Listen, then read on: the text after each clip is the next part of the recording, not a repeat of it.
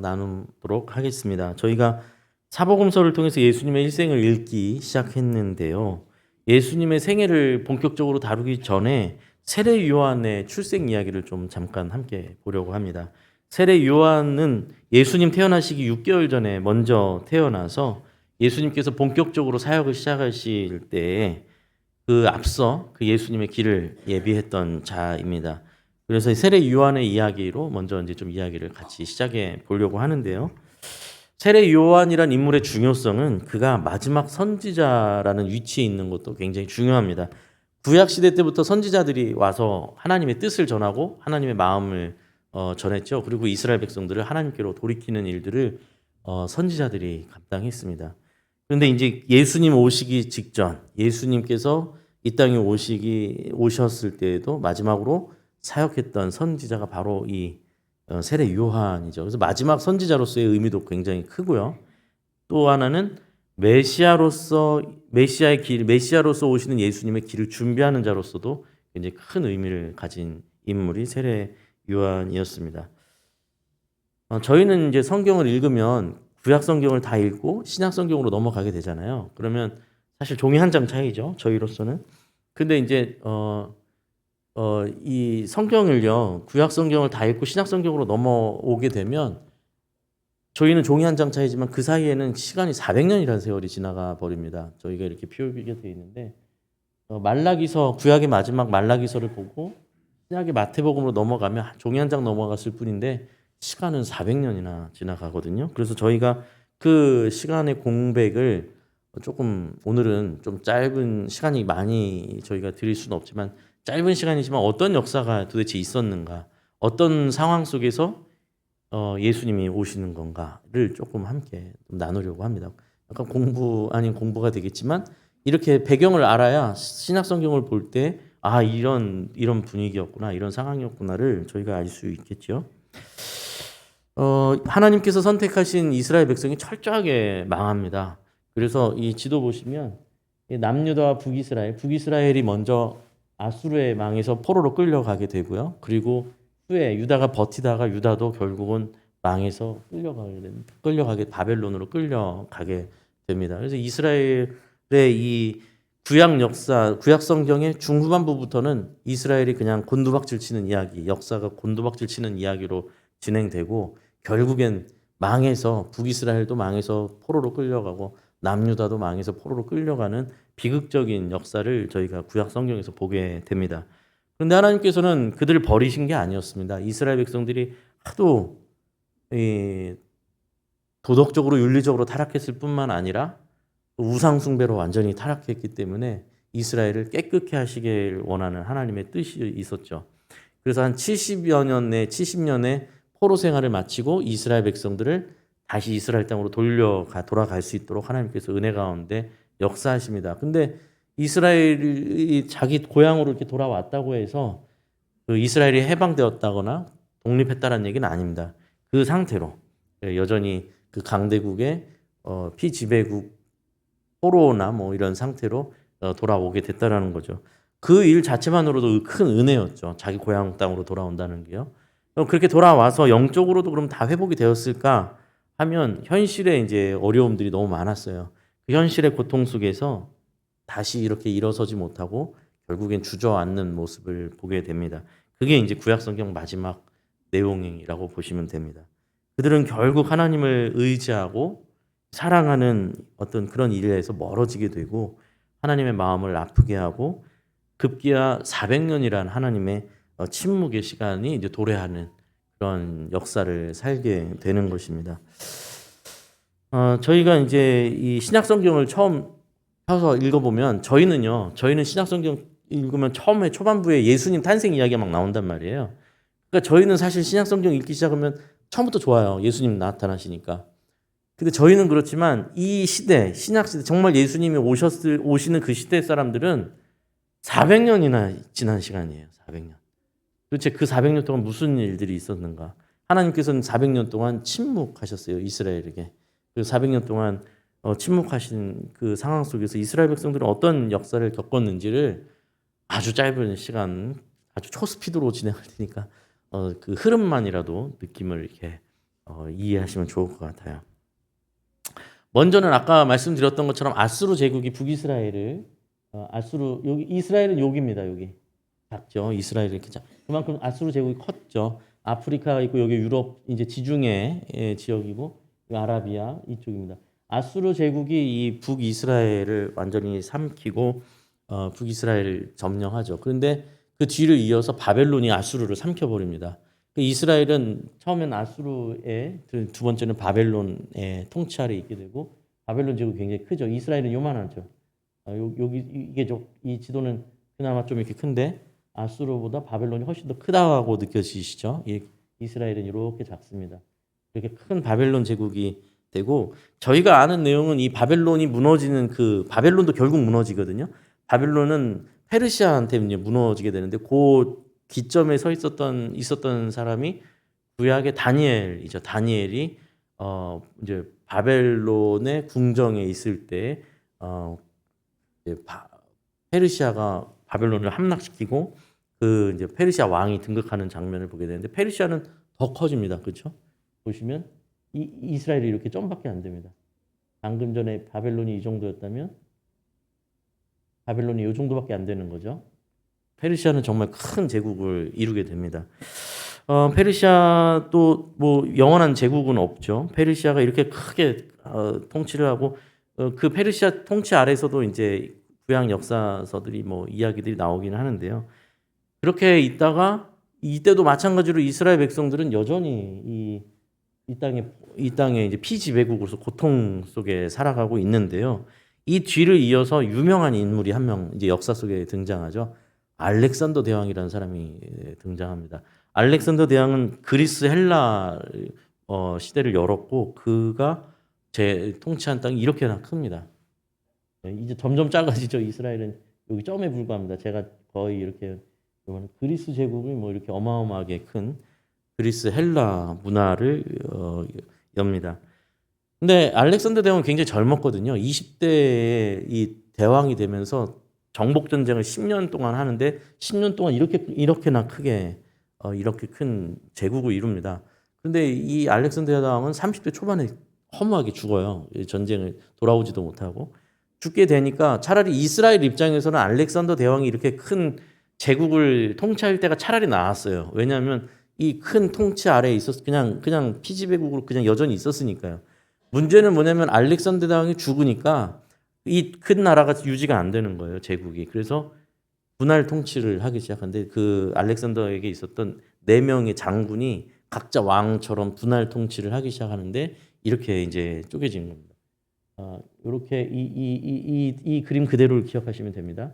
이렇게 카산드로스가 이쪽 지역, 그리스 이쪽 지역을, 리시마커스가 위쪽을, 셀레우코스가 이쪽 동쪽을, 이집트 이쪽 남쪽을, 프롤레마이오스 이렇게 네 장군이 세운 어떤 나라들로 통치가 이루어지기 시작하는데 문제는 뭐냐면요. 문제는 여기 지금 동그라미 친 여기가 이제 이스라엘 땅이고 이스라엘 민족들이 살고 있는 지역이거든요. 여기 희미하게 보이지만 예루살렘이 여기 이렇게 써 있는데 이 지역이 지금 지리상으로 보시면 알겠지만 접경 지역이에요. 그죠? 두 왕조의 접경 지역인데 처음에야 내 장군이 분할 정치를 한다고 하죠. 그런데 막상 분할 받아서 나라를 세우고 나니까 왕이 된 거잖아요. 왕이 되면 생각이 달라질 수밖에 없겠죠. 예. 이 분할이고 뭐고 이제 내가 힘을 더 키워서 이 전체 통일을 또 한번 하고 싶은 그런 욕망이 막 들 거 아니에요. 그래서 이제 싸움이 일어나기 시작합니다. 그래서 둘의 싸움, 이 두 왕조의 싸움이 제일 이제 강력했던 셀레우코스 왕조, 프롤레마이오스 이 왕조 두 왕조가 싸움을 벌이는데 그 싸움의 전쟁터가 바로 이스라엘 땅입니다. 이 큰 두 왕국이 얼마나 전쟁이 격하고 크겠습니까? 그 전쟁이 이루어지는 그 자리 이리 밀리고 저리 밀리고 하는 그 자리가 바로 이스라엘 땅이었다라는 겁니다. 이게 상상만 해도 저희도 6.25 전쟁을 겪어서 6.25 전쟁 몇 년 되지도 않았지만 그 사이에 온 나라가 완전히 황폐해졌었잖아요. 얼마나 끔찍한 기억입니까? 그 몇 년 사이에도 그렇게 온 나라가 황폐해질 수 있는데 이 전쟁은요 무려 150년 동안 지속됩니다. 그래서 유명한 150년 전쟁이거든요. 150년 동안 이 두 왕조가 셀레우코스 왕조와 프톨레미 왕조가 이 지금 이 경계선 여기가 바로 이스라엘이거든요. 여기서 이렇게 150년 동안 전쟁을 하니 도대체 삶이 어떻게 됐겠습니까? 완전히 피폐할 정도가 아니라 견뎌낼 수가 없는 상황이죠. 뭐 전쟁 생각해 보시면 아시겠지만 한쪽이 먼저 밀고 내려올 때가 있고 또 밀려 올라갈 때가 있을 거 아니에요. 그리고 사실 그들의 나라도 아니고 이 중간에 있는 지역은 그들이 이스라엘 민족을 생각해 줄 겨를도 없고 이유도 없습니다. 치고 내려가면서 다 빼앗는 것이고 또 다시 후퇴하면서 다 또 뺏기는 그런 일들이 계속 반복되는데 그게 이제 150년 동안이나 지속이 됩니다. 정말 엄청난 이야기죠. 뭐 이 와중에 뭘 농사를 지면 뭐 하겠어요. 군인들이 와가지고 뭐 하겠어요. 제일 먼저 군량 먹을 걸 해야 되니까 다 뺏어가겠죠. 얼마나 어려운 일이겠습니까? 나중에 보면 저희가 성경 읽다 보면 예수님께서 밭에 감추인 보화 비유를 하시잖아요. 그거 이제 읽어보면 예수님께서 이제 밭에 누가 밭일을 남의 땅에서 밭일을 대신 하다가 밭일을 해주다가 땅에서 보화가 발견됐어요. 그럼 그걸 묻어두고 가서 자기 재산 다 팔아서 그 땅을 사가지고 그 보화를 가지게 된다. 이걸 이제 천국 어떤 비유로 이렇게 하시는데 그게 이제 현대인의 우리의 감성으로 이렇게 읽으면 조금 이상한 거예요. 그게. 왜냐면 무슨 말인지는 알겠는데 그러면 그래도 그 땅 주인이 있는데 발견했으면 그 땅 주인한테 얘기를 해야지 그거를 숨겨놓고 가서 약간 얍삽하게 느껴지잖아요. 그죠? 그래서 가가지고 돈으로 땅 사가지고 아싸 내 거다 이렇게 되는 분위기라서 이게 좀 이게 예수님 말씀인데 좀 이상하긴 한데 좀 뭐라고 말을 못하겠고 약간 그런데 사실은 이 150년 전쟁을 이제 이해하시면 이게 이해하기 어렵지 않은 이야기입니다.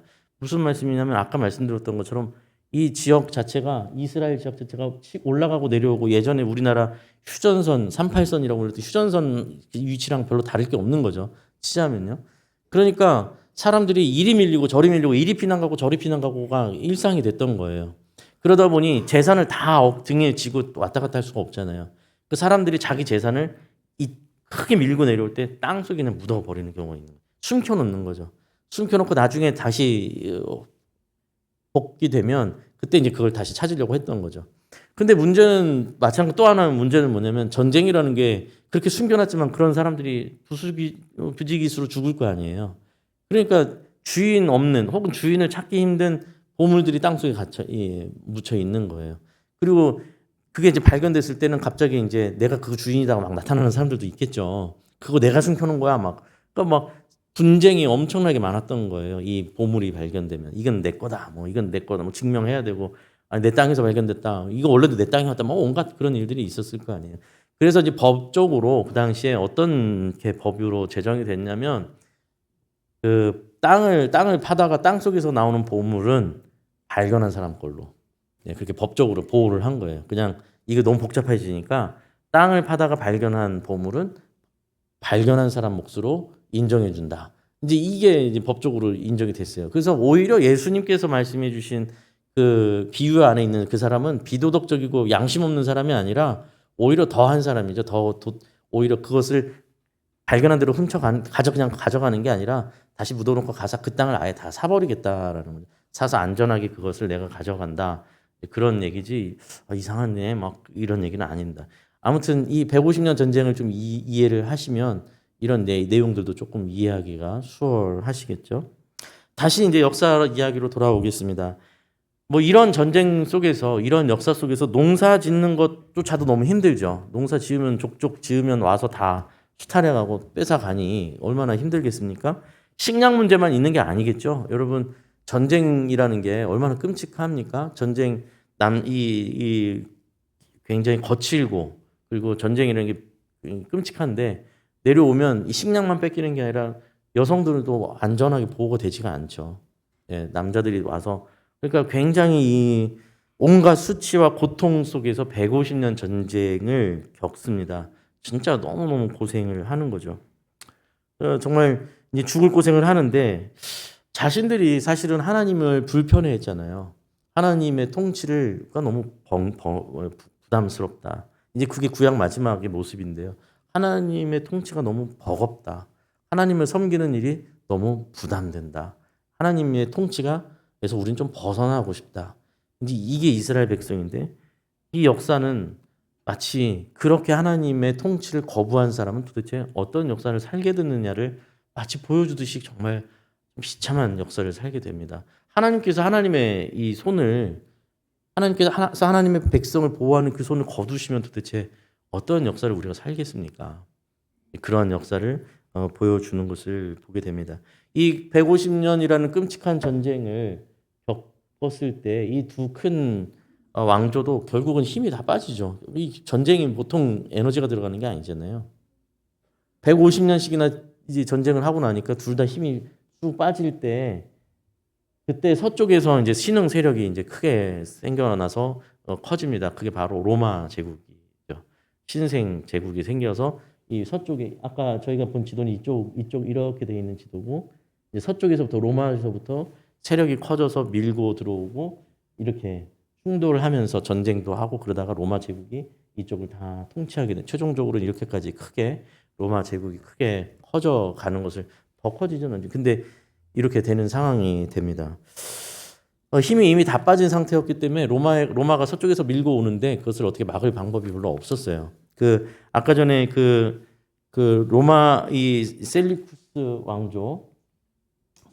왕조의 안티오쿠스 에피파네스 왕이라는 이제 4세인데 왕이 로마랑 붙은 거예요. 싸웠는데 졌어요. 로마한테 지고 이제 퇴각을 해야 되는 후퇴해서 오게 되는데 그 오는 과정에 길목에 예루살렘이 있었던 거예요.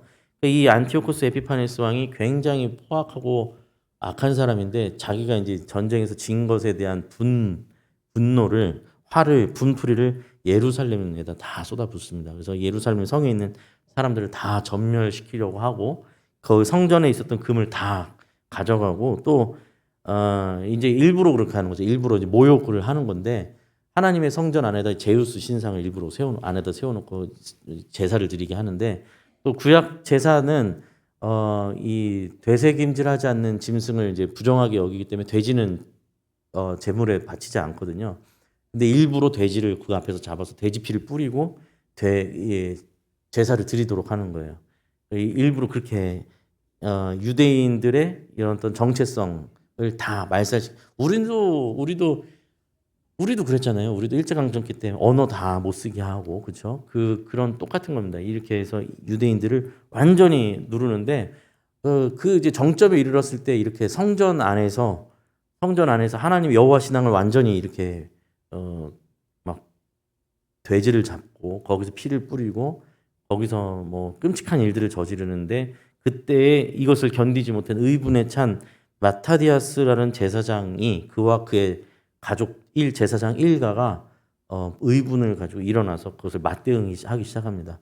그래서 그들이 산속에 들어가서 군대를 형성합니다. 그래서 그들이 이스라엘 백성들을 모아서 전쟁을 일으키는데 이게 이제 마카비 혁명이라고 그 이제 다섯 아들 중에서 한 명이 마카비라는 인물이 있는데 이 전쟁을 마카비 혁명, 독립 전쟁이죠. 이스라엘 입장에서는 유대인들 입장에선 독립 전쟁을 일으키는데 이게 한 7년이 걸립니다. 그래도 다행히 이스라엘 입장에서는 다행히 성공을 해요. 그래서 독립을 합니다. 근데 또 생각해 보면 그 7년 동안 얼마나 많은 사람들이 또 피를 흘려야 했고, 그죠? 얼마나 고통스러웠을지 상상해 보세요. 정말 이 안티오쿠스 에피파네스 왕과 그 군대를 몰아내고 결국은 독립을 하게 됩니다. 그리고 자신들의 어떤 조상 중에서 이제 가장 존경하는 조상이 하스몬이라는 이름을 따서 진짜 오랜만에 진짜 이스라엘이 자기 국권을 가진 거잖아요. 그 하스몬 왕조를 새롭게 시작합니다. 그게 이제 이스라엘 역사예요. 이게 이제 예수님 오시기 얼마 되지 전 얘기예요. 그래서 하스몬 왕조가 세워진 상태에서 자리를 잡아가는데 독립 전쟁할 때야 모든 사람들이 유대인들이 마음이 다 하나로 합쳐질 거 아니에요. 전쟁하고 독립을 해야 되니까. 근데 막상 이제 독립하고 왕조가 세워지고 기득권 세력들이 생겨나니까 또 기득권 세력이 생겨나면 그때부터 인간의 본성은 어떻게 부패하기 시작할 거 아니에요. 그래서 이 하스몬 왕조도 그렇게 건강하고 아름답게 계속 이어지지는 못하더라라는 것이죠. 그리고 이때부터 이제 뭐 어떤 일들이 생겨나냐면 이 왕조 이 왕조 안에서 이 하스본 왕조 안에서 여러 부류의 사람들이 이제 드러나서 나오기 시작하는데 그 하스본 왕조에 붙어서 그러니까 그 왕권에 붙어서 종교 지도자들인데 종교인들인데 그 왕권에 붙어서 친밀하게 지내는 사람들이 사두개인들입니다. 사두개인들은 그래서 그 권력에 붙어 있는 자들이고요. 또 그 권력, 이 하스몬 왕조가 제대로 못하는 것에 대해서 바른 말하고 율법적으로 막 그걸 지적하고 하는 사람들이 바리새인들, 우리가 많이 알고 있는 바리새인들이죠. 그래서 바리새인들하고 사두개인들은 늘 앙숙처럼 지냅니다. 이게 물론 이제 정치적 입장이 이렇게 다른 거고 교리적으로도 자신들이 믿는 부분들에서 차이도 있지만 지금 이 상황 속에서는 이제 정치적인 입장이 다른 거고요. 열심당 같은 경우는 정치적으로 행동을 해서 이제 독립운동이라든지 앞으로 로마도 싸울 때도 뭐 이렇게 하는 사람들이고 SNF파 같은 사람들은 아예 그냥 우리도 그렇잖아요. 이꼴저꼴 다 보기 싫다고 해서 아예 광야로 나가버리는 사람들 있죠. 가서 수도하고 막 이런 사람들이 생겨나고요. 서기관 같이 전통을 지켜가면서 전통 속에서 이스라엘 전통을 지켜나가는 그런 부리들. 그러니까 무슨 말씀을 드리는 거냐면 그 하스몬 왕조 안에서도 이스라엘이 이렇게 독립되었지만 그 안에서 마음들이 사분오열로 막 찢어지기 시작한다라는 거죠. 막 흩어지는 거죠. 자, 근데 그 속에 무슨 사건이 일어났냐면요. 하스몬 왕조에 이렇게 왕조가 내려오다가 하스몬 왕조의 얀네우스라는 왕이 이제 유대인 왕이 세워졌습니다. 근데 이제 아까 말씀드렸던 것처럼 바리새인들은 계속해서 굉장히 눈에 가시같이 계속 안 좋은 말 막 잘못된 거 지적하잖아요. 그러니까 바리새인들하고 굉장히 불편해했어요. 그래서 바리새인들을 정치적으로 계속 괴롭히는 거예요. 근데 바리새인들은 유대인들에게 있어서 바리새인들의 세력은 굉장히 크거든요. 강력하고요. 바리새인들이 이걸 보다 못 참겠으니까 나중에 어떻게 하냐면 그 당시에 적국이었던 아시리아의 뒤로 손을 내밀어요. 그래서 아시리아를 불러들여서 이 하스몬 왕조를 정신 차리게 하려고 했던 거예요. 근데 이게 잘못 생각한 거예요. 왜냐면 아시리아는 무슨 정이나 무슨 명분이 없는 사람들이거든요. 얼씨구나 한 거죠. 내통자가 있으니까 얼씨구나 하고 와가지고 약탈을 하기 시작합니다. 이스라엘을. 그러니까 그제서야 이거 잘못했구나. 우리가 뭔가 잘못 저질렀구나. 일을 잘못 저질렀구나. 해서 바리새인들이 다시 얀네우스 왕한테 하스몬 왕조의 얀네우스 왕한테 항복을 합니다. 우리가 잘못했다. 그리고 나서 다시 힘을 합치자. 그래서 일단은 적부터 물리쳐야 될 거 아니에요. 그러니까 이제 일단 마음을 합쳐서 이 아시리아를 몰아냅니다. 몰아내는데 성공을 해요. 그래서 다시 이제 평화가 온 듯합니다. 근데 문제는 뭐냐면 여기서 이제 사건이 일어나는데 바리새파와 이 하스본 왕조, 이 안네우스 왕하고 관계가 워낙 안 좋았는데 이런 일까지 있었잖아요. 그런데 다행히 문제는 해결했지만 그 다음에 관계 회복이 필요하잖아요. 그래서 얀네우스 왕이 큰 연회를 엽니다. 엄청나게 큰 연회를 열어서 바리새파 대표들을 다 초청을 해요. 그래서 800명이나 되는 800명의 바리새파 대표들을 초청을 하고 큰 연회를 파티를 여는 거죠. 그래서 약간 정치적 화해 제스처를 보내는 거죠. 이제 우리가 그래도 아시리아를 다 물러냈으니까 물리쳤으니까 우리 연회를 열고 우리 좀 좋은 분위기로 화해 모드로 가자 이런 분위기로 읽었죠. 바리새파도. 그래서 바리새파 사람들이 800명이 그 연회에 참석합니다. 그래서 큰 잔치가 벌어지는 것 같았잖아요. 근데 그건 함정이었어요. 이 안네우스 왕이 이를 갈고 있었던 거예요. 바리새파 사람들한테. 그래서 그 800명을 그 연회장에서 다 그 자리에서 붙잡아서 십자가에 매달아 버립니다. 아주 끔찍한 장면이죠. 그 연회장 안에서. 그래서 그 연회장에 800명을 십자가에 매달아 죽이면서 그 밑에서 술을 먹고 잔치를 벌이기 시작해요. 아주 그냥 끔찍하게 복수하는 것뿐만 아니라 아주 그냥 모독을 하는 거죠. 근데 거기서 멈추지 않고 그 바리새인들 거기 온 바리새인들은 그 대표성을 띈 사람들이니까 대부분 가장들일 거 아니에요. 그들의 가족들을 다 끌고 옵니다. 그 앞으로.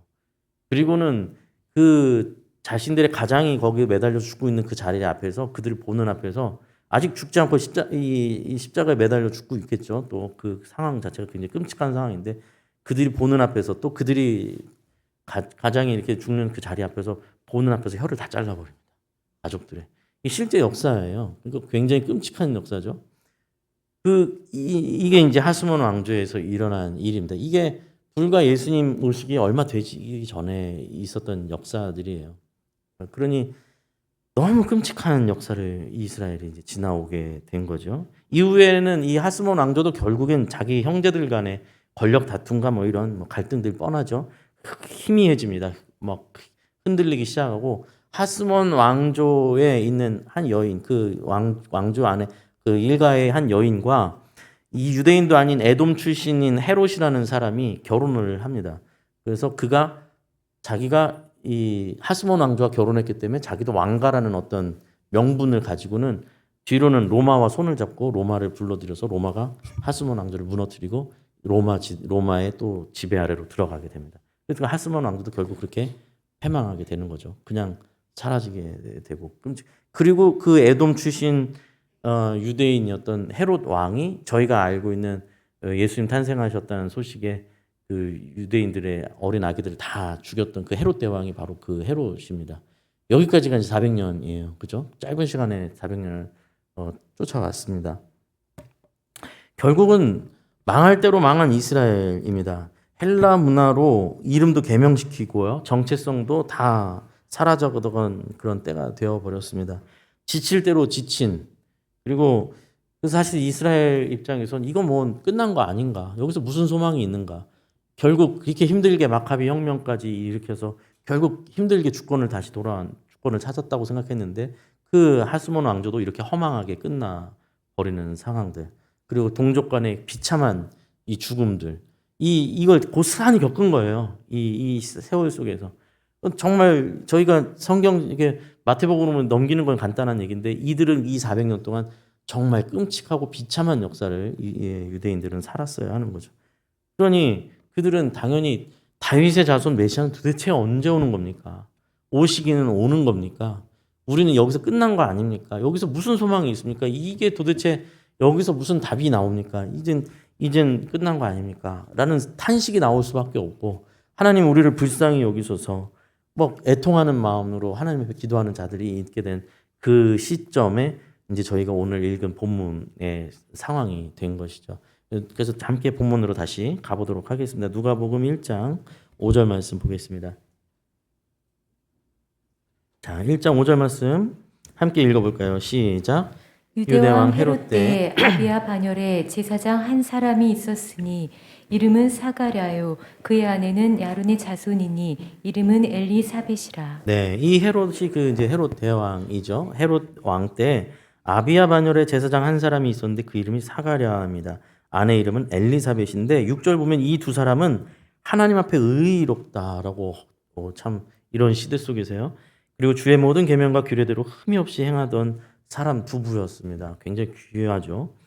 아비야 반열이라고 5절에 되어 있는데 이 제사장들은 24반열이 있었습니다. 저희가 마치 예를 들어 셀이 24개 있는 것처럼 그렇게 24반열이 있고 24반열이 순번을 정해서 1년 동안 돌아가면서 업무를 맡는 거예요. 성전 업무, 제사 업무를 이 24반열이 돌아가면서 담당합니다.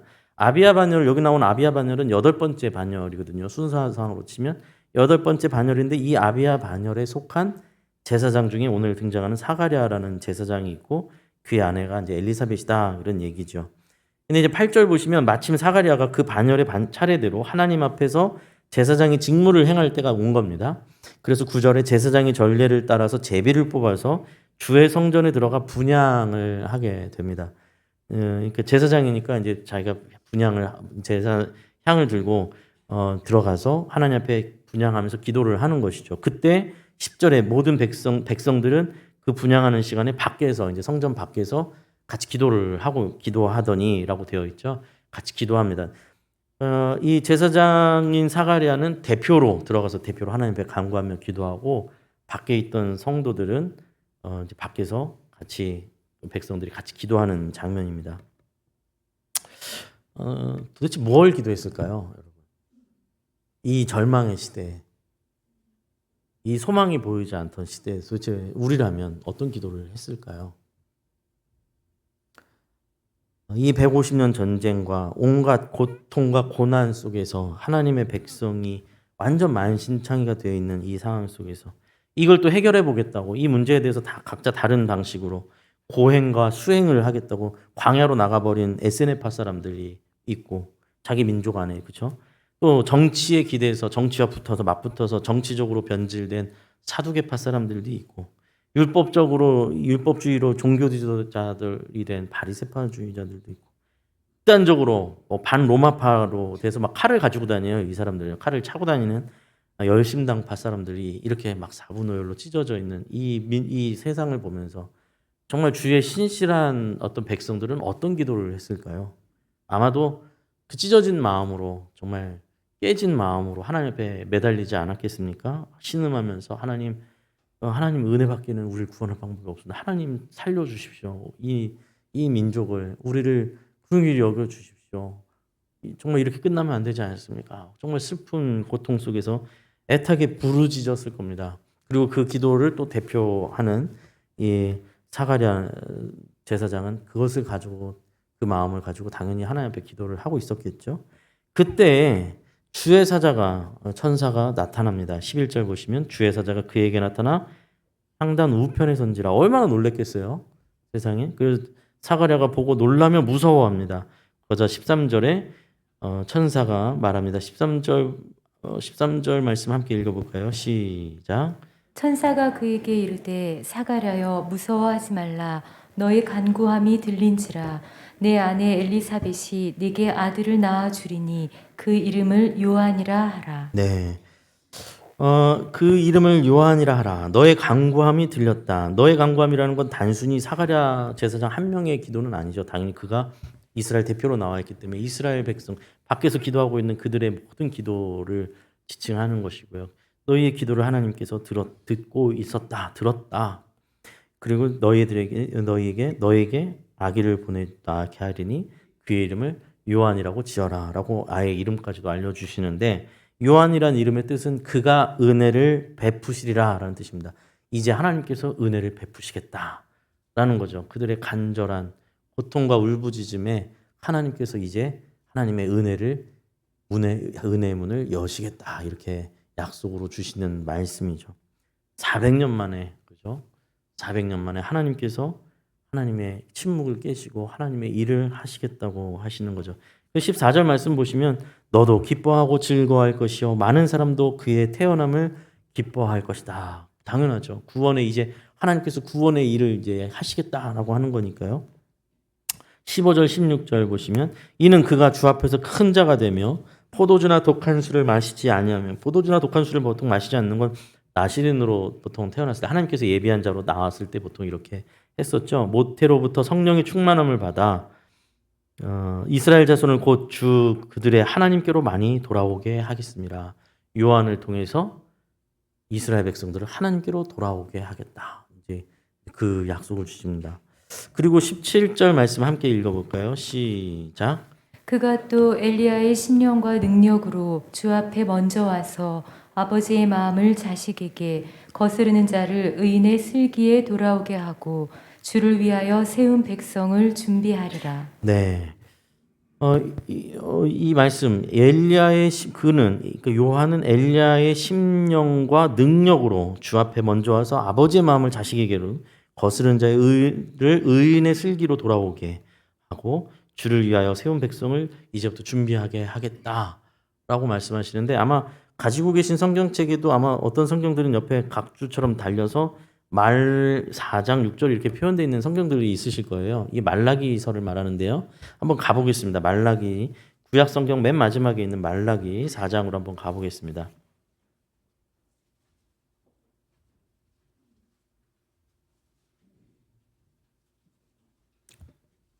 말라기서 4장 4절부터 6절입니다. 말라기서에서도 맨 마지막입니다. 그러니까 구약 성경의 맨 마지막 본문이죠. 하나님께서 이스라엘 백성에게 이 말씀까지 하시고 딱 문을 침묵의 시간으로 들어가는데요. 말라기서 4장 4절부터 6절까지 함께 한번 읽어볼까요? 시작. 너희는 내가 호렙에서 온 이스라엘을 위하여 내 종 모세에게 명령한 법 곧 율례와 법도를 기억하라. 보라 여호와의 크고 두려운 날이 이르기 전에 내가 선지자 엘리야를 너희에게 보내리니 그가 아버지의 마음을 자녀에게로 돌이키게 하고 자녀들의 마음을 그들의 아버지에게로 돌이키게 하리라. 돌이키지 아니하면 두렵건대 내가 와서 저주로 그 땅을 칠까 하노라 하시니라.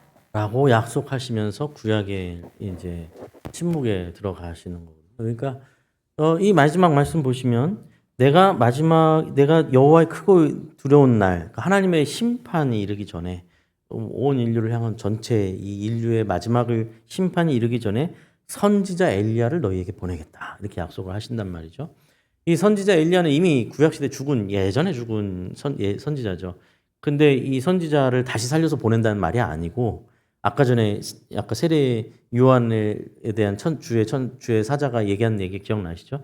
엘리야의 마음 심정과 영으로 보내주겠다. 그러니까 세례 요한을 지칭하는 겁니다. 이거는 엘리야를 말하는 게 아니고 그러면 왜 엘리야를 됐을까?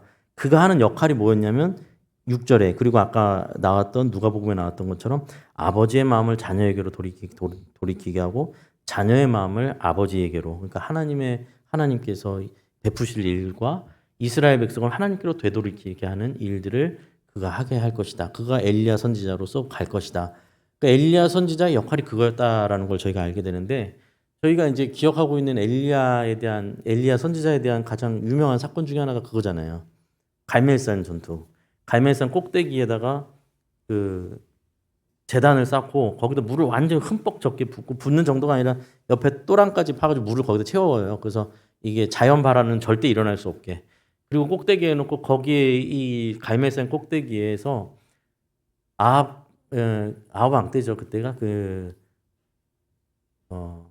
바알 선지자 바알과 아세라를 섬기는 선지자들. 그러니까 우상 숭배자 선지자들이죠. 가짜 선지자들.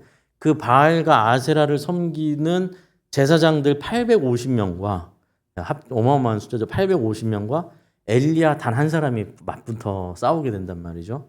그리고 그 물에 완전히 흠뻑 젖은 제단을 앞에 놓고 누가 참 신이야, 누가 말하는 하나님이 누가 믿는 신이 참 신이냐를 여기서 가려보자 먼저 이렇게 되는 상황이 되었고 거기서 이 850명이나 되는 이 우상 숭배자들이 앞에서 춤을 추고 노래를 하고 기도를 한나절을 하는데 한나절을 해도 하나를 그냥 땡볕이 쨍쨍한 거예요. 나중에 안 되니까 몸을 자해하고 피를 막 흘려가면서 하지만 아무것도 반응이 없었습니다. 그때 엘리야 선지자가 야 비켜봐라. 그럼 내가 해보겠다. 그래서 나가서 하늘을 향해서 손을 들고 하나님께 기도하죠. 하나님, 저들에게 하나님이 살아계심을 보여주십시오. 그래서 하늘에서부터 불이 내려와서 물을 다 태워버리고 제단을 다 태워버리는 사건이 이제 갈멜산 전투라고 하는 이야기죠. 그때 그 850명에 대해서도 하나님께서 완전히 심판하심으로 다 진멸하시는 장면이 나오고 그 장면을 본 이스라엘 백성들이 그제서야 그때까지 이스라엘이 좀 바알과 아세라 이 우상 숭배로 완전히 오염되어 있었던 이스라엘 백성들이 그 장면 보면서 하나님이 참 하나님이시고 잘 엎드리는 장면이 나옵니다. 그런 엘리야의 역할이 그런 이스라엘이 완전히 타락했을 때 하나님께로 돌이키는 그 역할들을 했었는데 그런 일들을 세례 요한을 통해서 또 일으키시겠다. 그 말씀을 하시는 내용인 것이죠. 그렇게 이제 세례 요한이 출생이 예고가 되고 다음번에 이제 세례 요한 얘기도 한번 다시 다루게 될 텐데 그 이야기를 오늘 저희가 함께 본 겁니다. 여기서 마치기 전에 본문을 한 번만 더 딴 데를 찾아보려고 해요. 누가복음 2장으로 한번 저희가 아까 1장을 읽었는데 2장을 한번 가보겠습니다.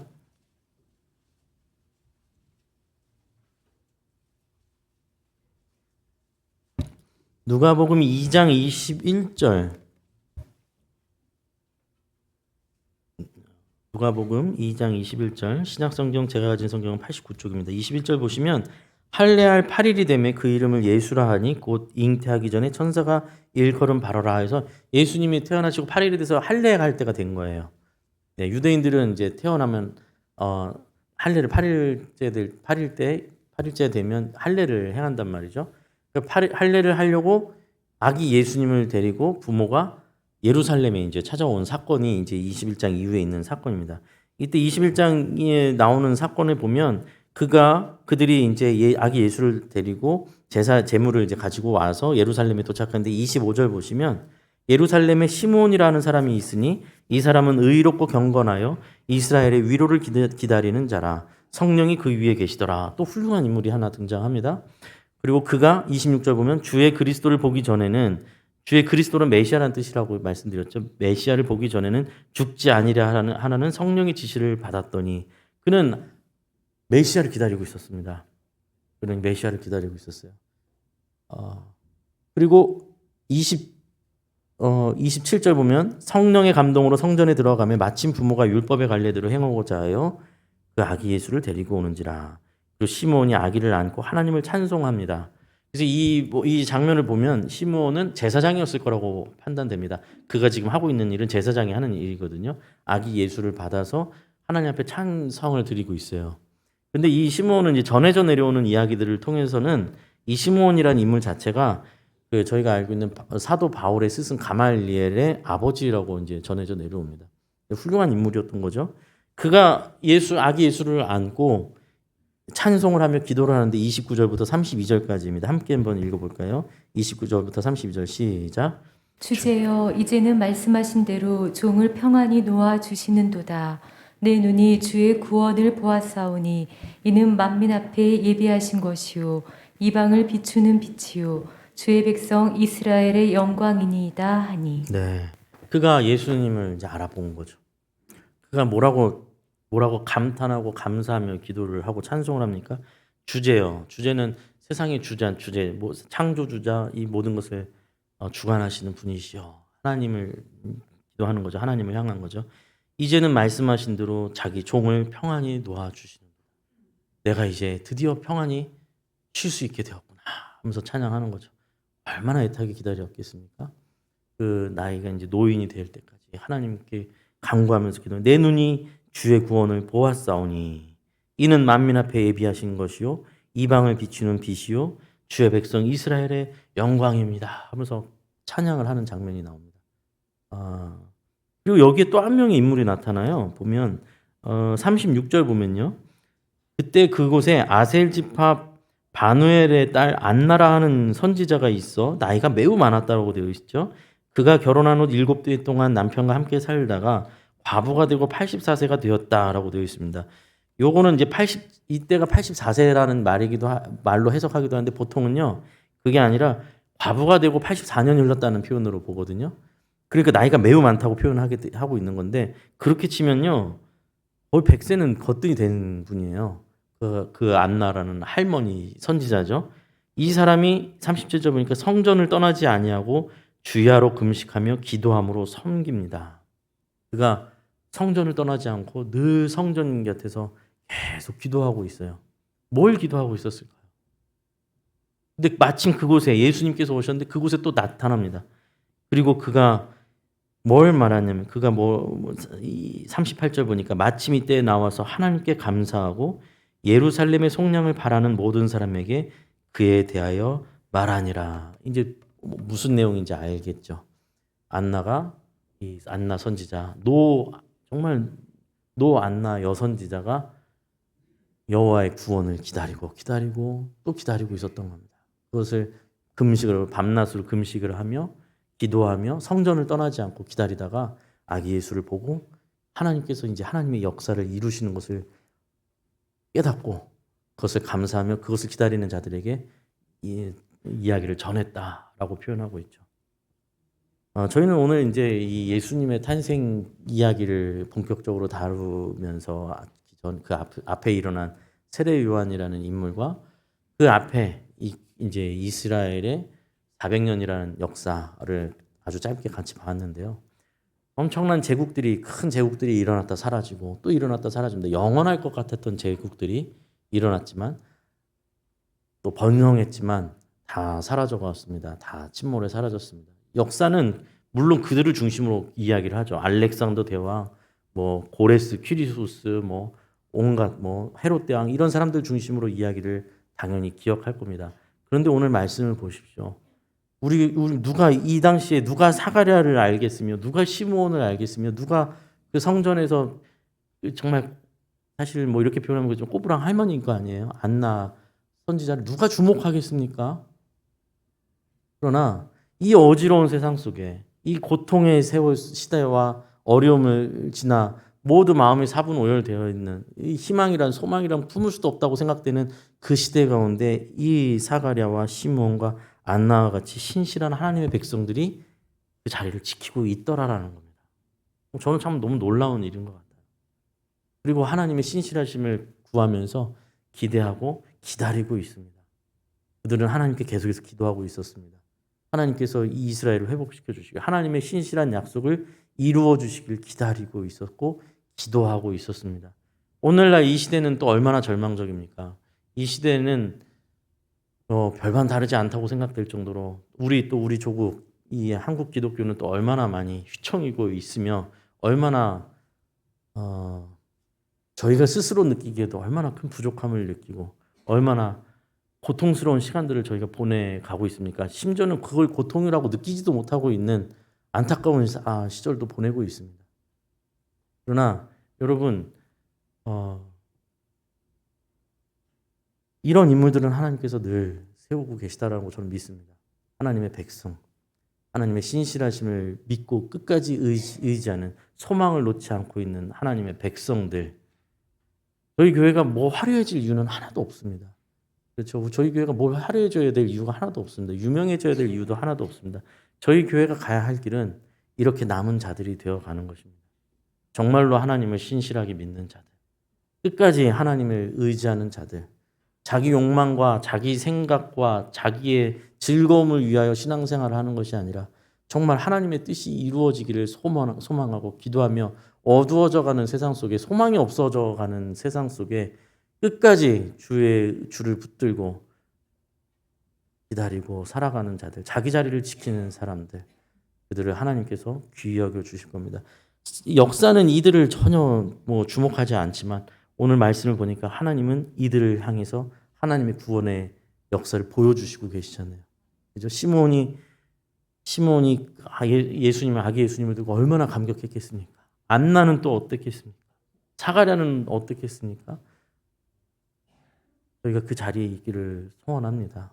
믿음의 변질 또 세상과 타협하고 세상 속에서 그대로 그저 악세사리 같은 기독교가 아닌 정말 참 예수님, 참 하나님을 붙잡고 신뢰하고 끝까지 이 자리를 지켜나가는 저와 사랑하는 시흥평안교회 성도님들 되시기를 간절히 소원합니다. 기도하겠습니다. 하나님 아버지 감사합니다. 하나님의 말씀으로 하나님께서 하나님의 백성들을 지키시고 하나님의 신실한 약속을 지키심을